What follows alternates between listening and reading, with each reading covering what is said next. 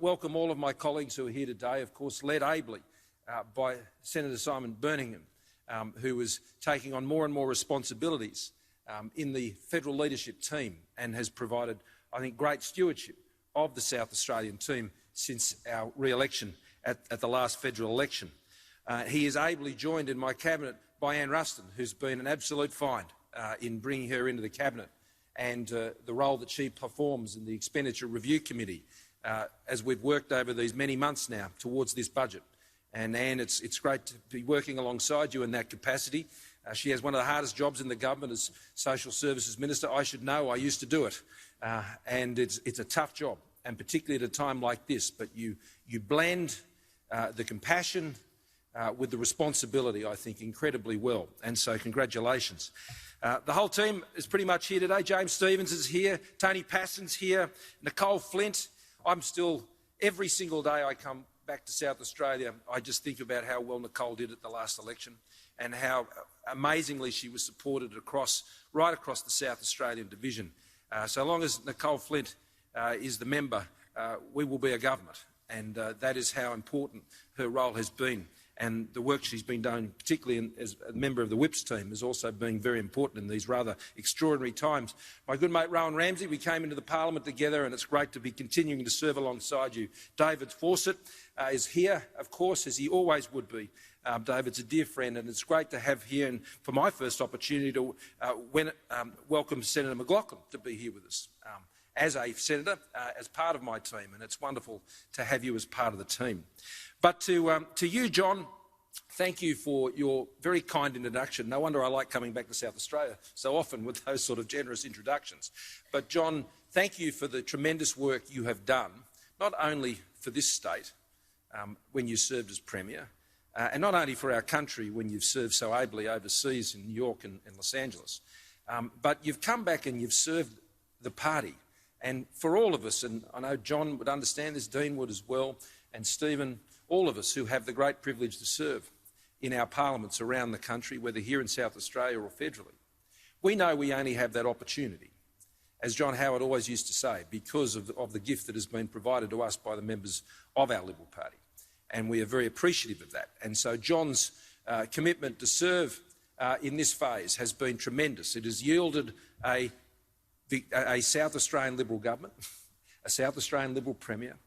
It has yielded a federal election victory as well, and to bring those two together. And so Stephen and I can stand before you here today as Premier and Prime Minister. John, you've been a key steward of that. And, you know, as many people know, I enjoy my NRL. No one knows what that means when I'm here in South Australia. But you'll get to know the State of Origin's coming, thanks to the Premier, and you'll be able to enjoy what... and you may get an insight as to why I like the game so much. But, you know, when you see a good player in another team and you've got a hiring round coming up, you like to see if you can secure that player for your team. And at a federal level, to be able to have John now serving as federal president is tremendous. I think it's great for us. His experience, his deep love of the party, right across all elements of the party, is well understood here in South Australia. And it's the way, John, you've brought the South Australian division, I think, together here, which was so critical to Stephen's victory. And that remains always within any political movement. You've got to keep everybody together. And that's a big task for us all the time. We are succeeding in that task here in South Australia. We're succeeding in that task federally. And I know John is exactly the right person to lead our federal organisation as we go into the next election. So thank you very much, John. I appreciate you taking on that call.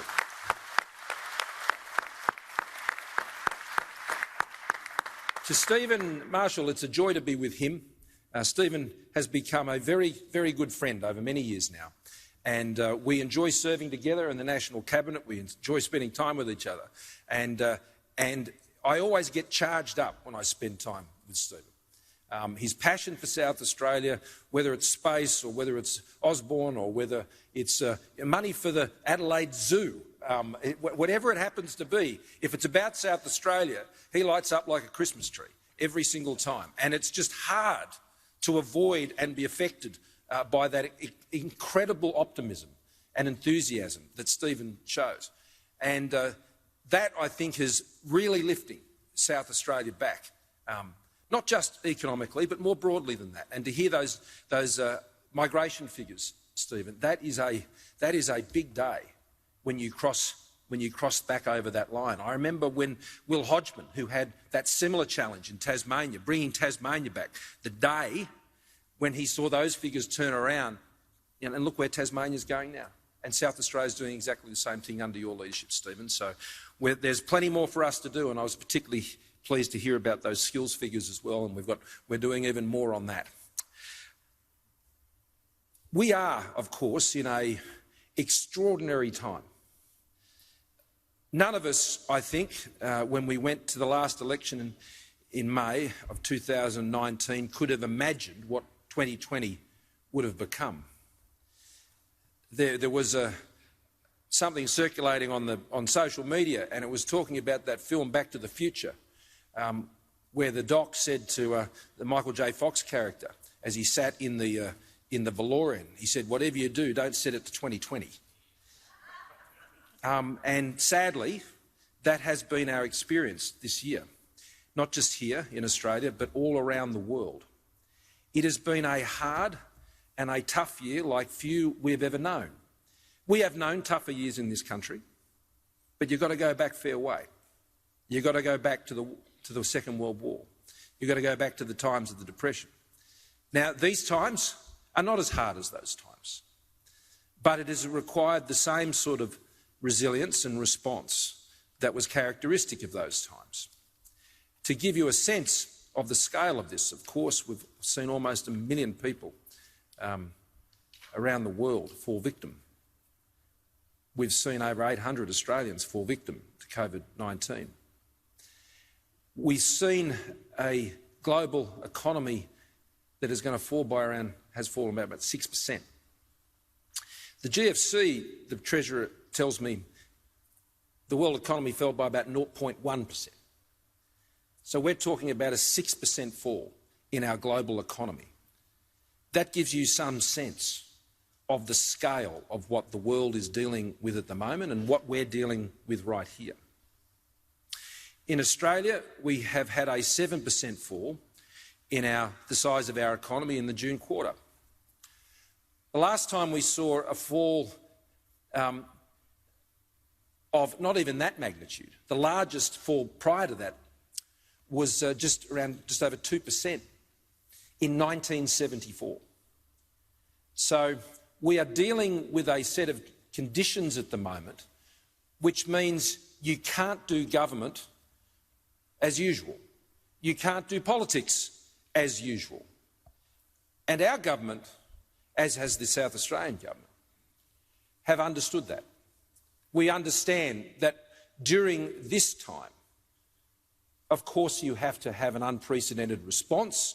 You have to question all the things that you do, and you have to stay very focused on the objective you're seeking to achieve.